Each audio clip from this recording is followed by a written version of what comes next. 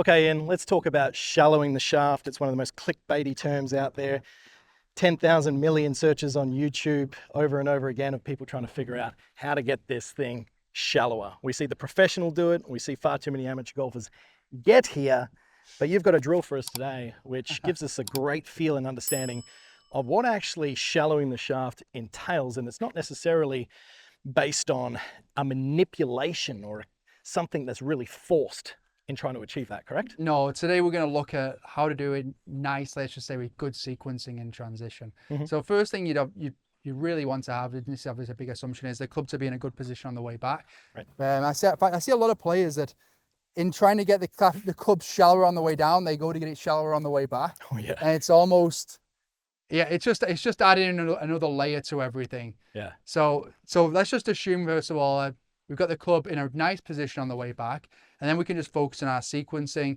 So in a lot of cases, when players are getting steeper in transition, if we were to reference 3D data, you're going to see a very dominant move with the upper body. So the pelvis isn't able to move in transition, leading in the way we'd want it to.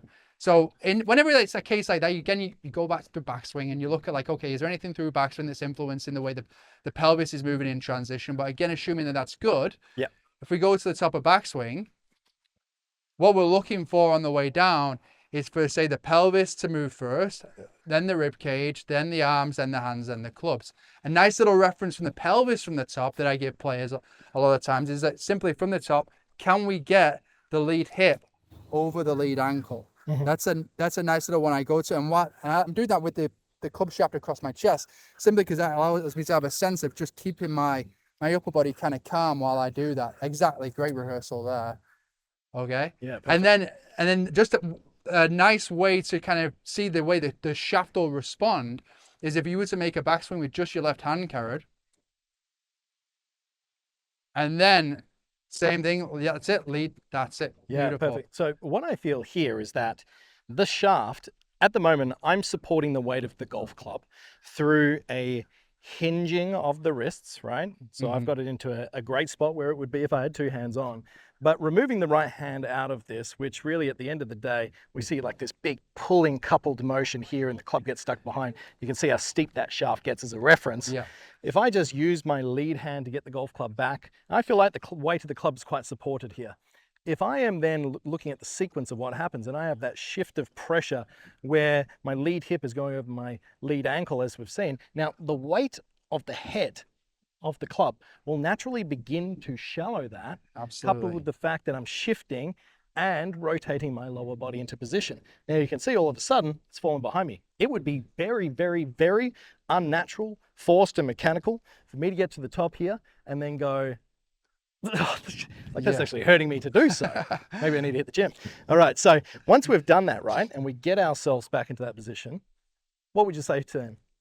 Well, from there, I'd say just as you were doing just there, Kerrod, so if you go left hip over left ankle. But what I find really cool to kind of share with the audience, if you stop right there now, Kerrod, and just put your right hand on, you'll notice how far in front of your body your hands are, and the sweet spot is nicely behind. Yeah.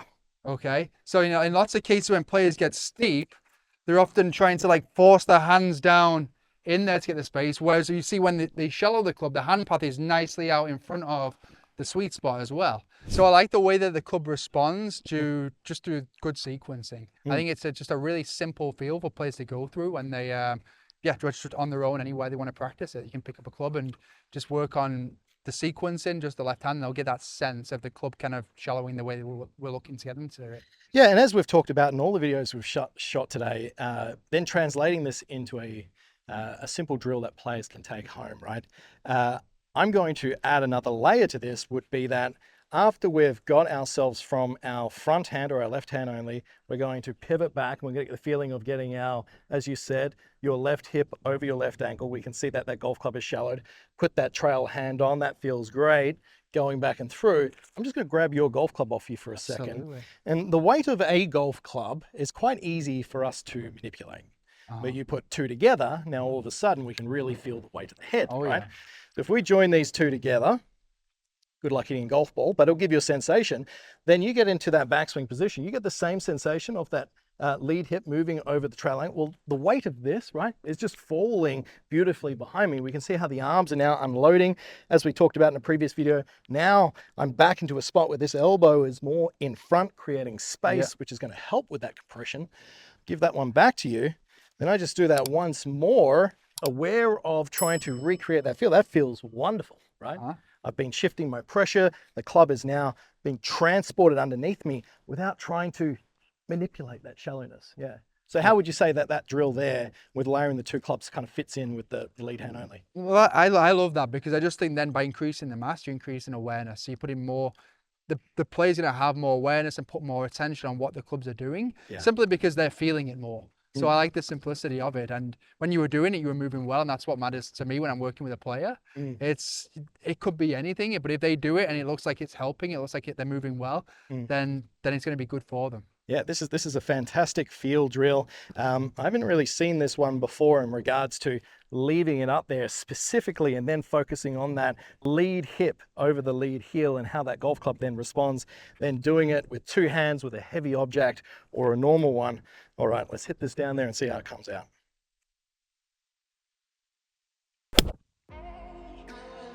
All right, mate. Yeah, good one. Club head must have got behind the hands because they've got a nice little Yeah, nice little draw.